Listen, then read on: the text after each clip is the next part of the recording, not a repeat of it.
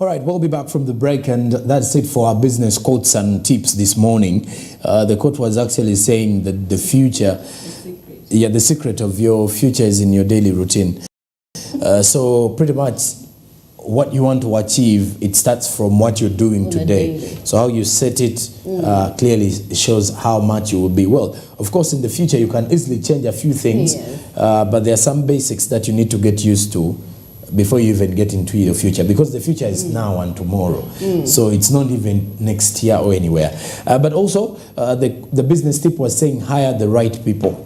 Yeah, as you kickstart off the day for a business person, anyone who's starting up a business anyways, or someone with a business that you're looking to hire, you hire the right people, the people qualified, skilled, how they relate with customers and everyone. Those who are ethically. Yeah, because now at times, the educated may not give you what you want, but of course, when it comes to qualifications, it's something that is quite important.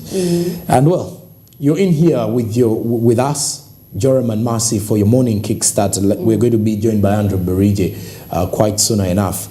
He was with us earlier on with the traffic updates, but there's an update that is coming in here that you need to focus on currently as a business trader, is that Uganda and the DR Congo are currently in talks for visa-free movement. Basing on what is actually happening is that Uganda and the DRC are still in talks, by the way, for free visa and identity card usage for travel between the two countries.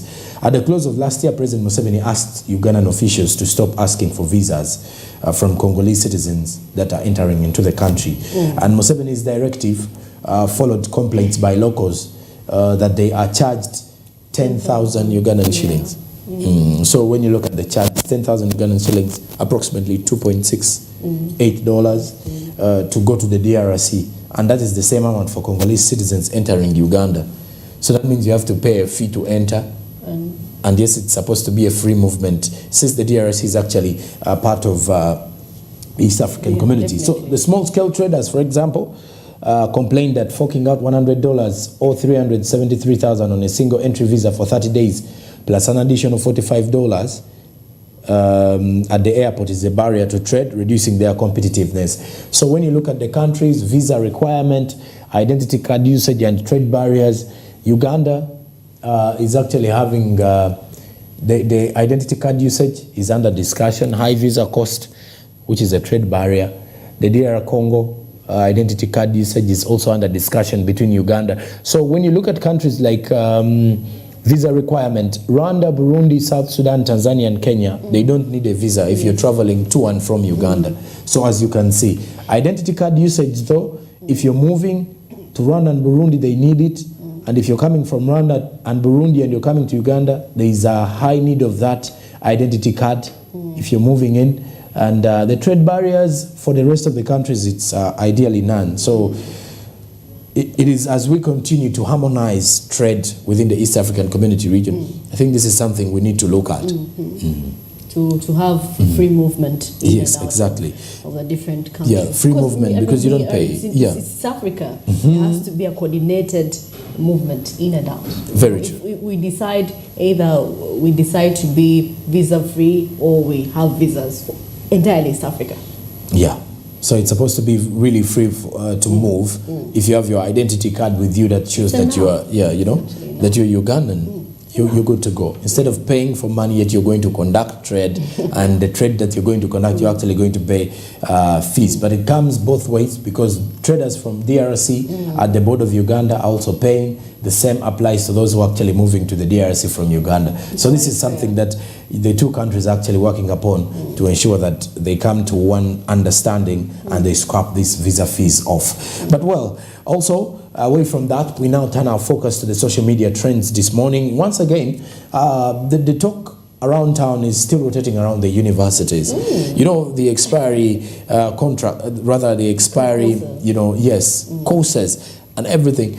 Universities have already been coming out with, statements to actually reveal to the public that, well, they should actually take that particular report that was actually released in newspapers and what the media is reporting, what we are reporting, not to be very, authentic. Yes, they believe that these courses are still valid, and they will have to work upon maybe a few changes. And we're still waiting for National Council of Higher Education.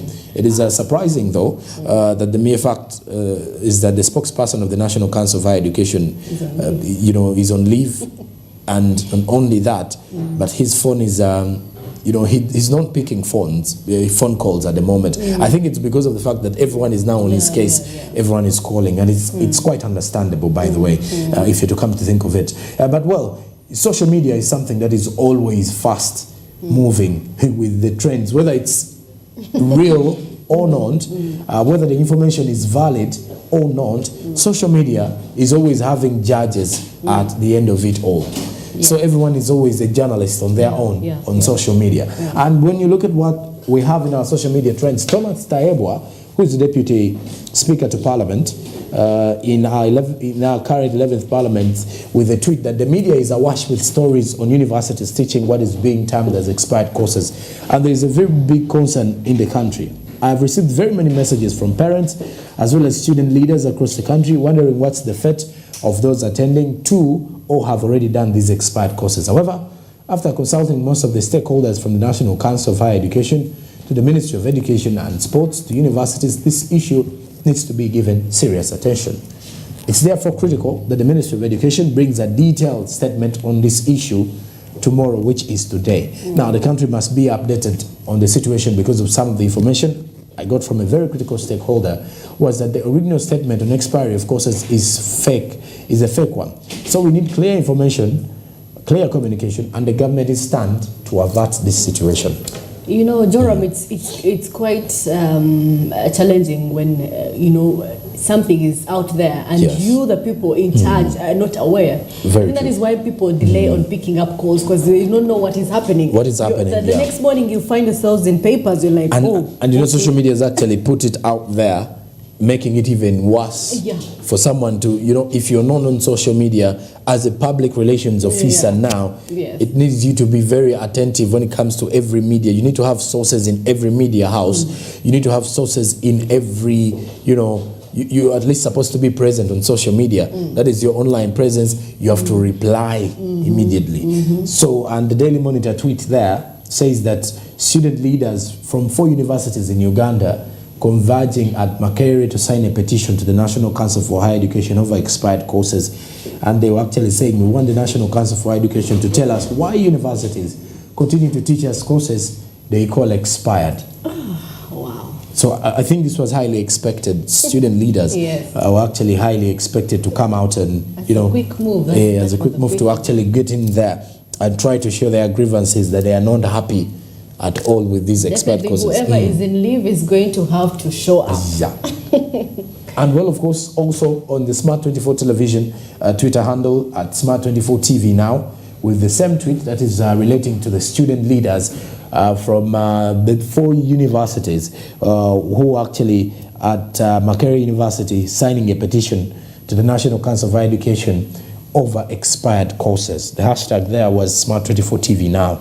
Well, I think the student leaders are always up and about when it comes to, setting up the pace for the students. 4 universities, we have Makerere University. The 4 public, Chambogo, you look at, then you come to think of most of them. was actually among?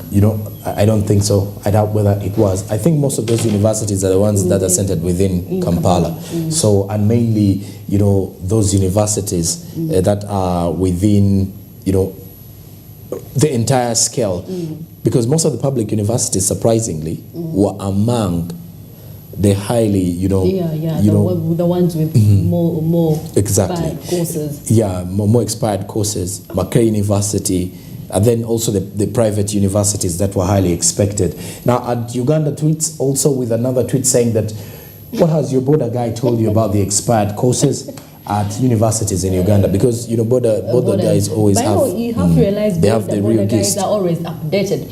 I don't know. I think it's because they listen to a lot of radio. Yes. And of late, they have smartphones. Oh my God. And you know, when you have smartphones and you access Facebook, that means you have information from different bloggers, from different media outlets, whether it is legit information or not. The border people always have something to say about something. Yeah, you know, and if your border person has no information, then you have to be very scared about the person you're dealing with, because at least any jazz you throw into him, they already know. To be updated, they give you information. Exactly. They didn't know. And now, you know about it is the fact that most of them are graduates. Most of the border people are graduates, so they know what happens in the world and everything. And also, when you look at now what is happening there, I think it's something that is up for debate. Most of the border people are also parents, by the way. So they have quite, you know, issues. Someone is either having a child in high school, going to the university. They're wondering whether, you know. And you know, and there is this thing about the weights. Yes. The weights have been actually increased actually at Macquarie University. It's going to be problematic for some students, those that were hoping to, you know, to join university immediately. To have some of those courses that are expired. Anyway, we shall see what the National Council for Education have to say. Now, this is Dr. Serunjoji Emma. And Dr. Serunjoji Emma says that the last nail in the coffin is the fact that the programs you all did at the university were and are still expired. People are making memes out of this. We need a public holiday for all of us to visit psychiatrists. Uganda is serving depression to everyone equally. This is quite interesting. Anyway, people are making fun of this. We are all supposed to be attended to mentally by the look of things, according to what Dr. Serunjoji Emma says in there, because the depression is actually coming in bounds. Oh God. Oh, okay. And well, at Kwase Ambrose says, my course is expired in all universities in Uganda. Well, I think that's a tough time for one at Kwase. If you are in such a situation like the gentleman there, you would wonder. I think the meme he actually used of the Right Honourable Deputy Speaker to Parliament, the facial expression says it all. You know, when all your courses, you know, when all universities that are offering it, it means you can't even run away from the current. But of course, this is just a little bit of what social media was quick to note. But besides that, we still await for the National Council for Education and of course an official statement from the Ministry of Education and Sports. And Parliament is also having discussions relating to the same matter. So that means do not come out verbally or with the information that you've seen to start pointing out fingers to the universities and everything. Until this, the storm comes, we shall have answers surely for what is happening. Well, that's it for our social media trends this morning, though. We are now joined by Andrew Barije to take us through as well as our conversations and discussions relating to the different business trends do continue, and this time around we are talking big on startups. It's Wednesday, and Wednesdays are fully looking at the entrepreneurial language, looking at majorly what we need to understand about startups, innovations, and everything beyond that same fact of imagination, and of course starting up a business and setting up ideas. Good morning, Andrew. Many thanks for joining us once again here. Oh, thank you, Jeremy. Very good morning to you. How are you doing this morning? It's well, we okay? We are very fine. I don't know, it's really, really cold indeed. Yeah, we received some light showers of rain in the morning. Yes, indeed. And of course, now, when we focus more on our business trends here, you look at the fact that Uganda startups have been raising quite a number of money, and they have raised $70 million. That's a very huge amount of money. It's quite really huge. And, that shows you the confidence which I'll say the people that give in the seed capital, they have towards Uganda and how we've positioned ourselves. But of course, I can't really also put aside giving credit, that is to the private players, most especially the privately set up innovation hubs, which are being sponsored by Western organizations, regarding that, because we know now, like last year, and it happens every year, we have the Innovation Week, organized whereby different startups really come in there to showcase what they really have And you see, it's very promising actually. When you look at what Uganda really has out there, it's very promising that all that is needed is just a simple ignition, and everything will be really made much more perfect. And more of this seed capital is actually really coming in.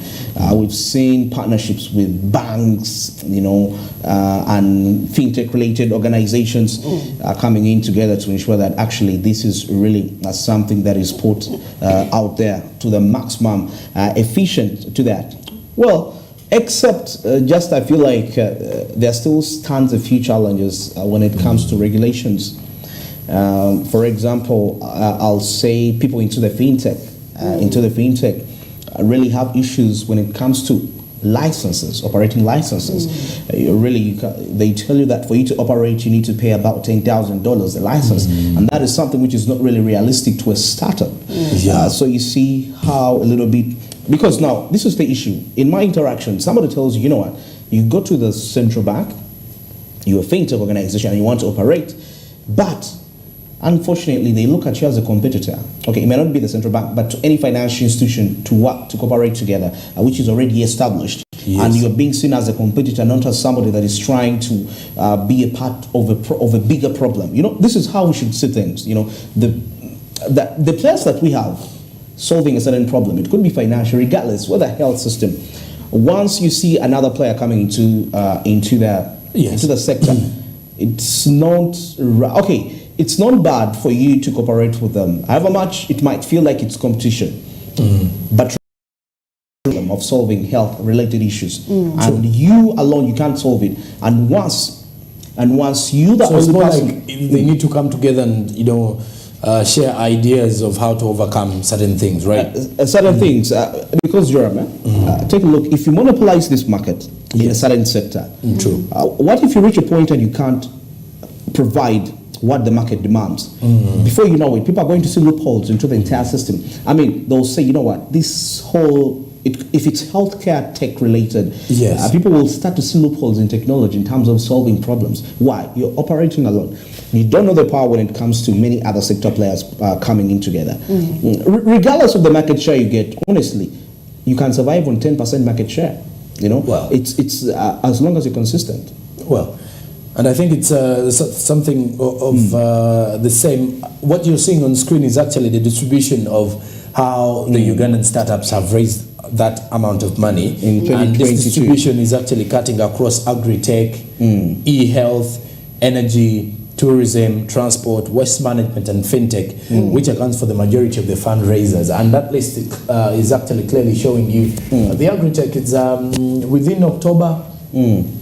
October, it was undisclosed by last year, October 2022. But e-health, I think that of course some disclosed the amount of capital they received. Of course, it's due to various reasons. In a way, it's security related, which is okay. Yes, which is very okay. But the one that really got me what amazed me was the Zeno. I saw somebody that got 10 million. That is Tugende. $10 million. The Tugende drive to own. Exactly. Right to own. I think those ones are giving out borders to everyone at a cheaper price. You get yourself a border, but you pay as you're working. You pay as you're working. But there's a very huge concern regarding the same, is that at times it may not give you the return on investment as a rider. You may either get your loan of maybe you sign up the border, which is around 5 to 6 million.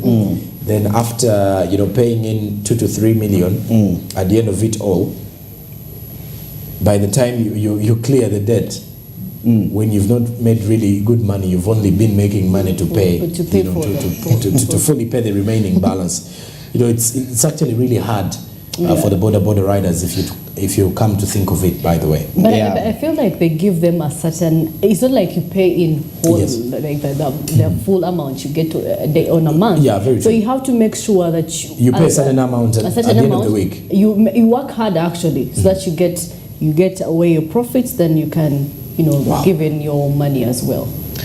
Well, what if now we shift to take a look at how the African setup is like, looking at startups from all over Africa, from the different countries. Egypt.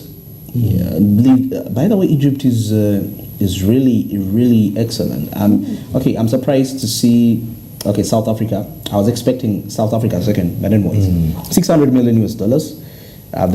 Kenya coming in second isn't a surprise to me, because I've actually seen how much. Simply, you see, the issue about Kenya is there is also a high level of unemployment in Kenya. For the employed people in Kenya, they are well off, I should say. They earn quite handsomely. But for the unemployed also, they've kind of suffered the same fate like those in Uganda. But the only good part about it is their governments, the government in Kenya has put up a structure that supports innovation. That's why if someone loses their job, there are quite a number of innovations in Kenya. If an individual loses, the startups are quite huge in Kenya. If some individual loses their job, or they get laid off, or they are fired, and they have something in mind, it is easy for them to start up, and it's easy for them to find market for that startup. So you can see, I think that is one of the reasons as to why it was known as, or it is still known as, East Africa's regional hub. Exactly. Because Europe, if I'm to tell you something, yes, you know, lately there is what they call these information systems, which almost every organization runs on. And you find that whether we like it or not, the atmosphere we have created as humanity deserves information. Like, you need to get information, which is very powerful when it comes to decision making and determining the rate at which you can actually execute your market efficiently. You know, depending on what you know, depending on what you have, you can easily track all that. So that is becoming the trend. We are in the information age, in other words. So you get to realize that now, like how you mentioned Kenya, show me a country with a stable tech startup atmosphere. I'll show you a country with an economy that is actually benefiting. You know, there is this whole aspect of the economy having this blossoming, but from the macro perspective, when there are a few individuals that have money, and probably they circulate the money within the economy, but that doesn't mean it's evenly distributed. But now we're talking about an aspect from the micro perspective. With the micro, I'm talking about the individual level. And now that is what tech startups can do, because any person, you can start up your tech-related, a project, and you can start earning a living, because licenses is not really a big issue in such an atmosphere, because somebody won't charge you $10,000 for a license because they know you're not yet ready. You'll be given a subsidy to run your startup for about 3 to 5 years. That's when you can actually become official. You get an operation license. But when you're making quite a good livelihood, and an economy can't really fail in such a circumstance. Trust me. Well, and of course, startups is a very huge concern. But in Uganda, though, I don't know how fast we're going to go in regards to supporting the young people. The innovations and, of course, the ideas, the skills are up there. But, of course, the financial support has limited quite a number of those. And the markets as well. But besides that, you can start your own, startup in regards to investing. Zabo is giving you the opportunity. Now, the MTN subscribers can now invest between 8:15 a.m. to 3:15 p.m. Mondays to Friday, and you can invest in none other than government bonds as well as other securities. Once these markets are open, you can invest with just a minimum of 15,000 Ugandan shillings, kickstart off your investment. If you do not have an account with the Zabo platform, all you need to do is register with your national identification number. And once you're done registering, you're easily ushered into the Zabo platform, where investing becomes something that is part of you. Zabo says, my money, my future. All Tech East Africa, do something new. The markets are only fully closed during the weekends and on public holidays. We're actually left with no public holidays in the month of May. And in the month of June, we shall also only be having 2. Martyrs Day, which will also be coming on a weekend, and then Heroes Day on the 9th. So you can invest without any other hindrance. After the break, we have sports business and entertainment business. Good morning, stick around.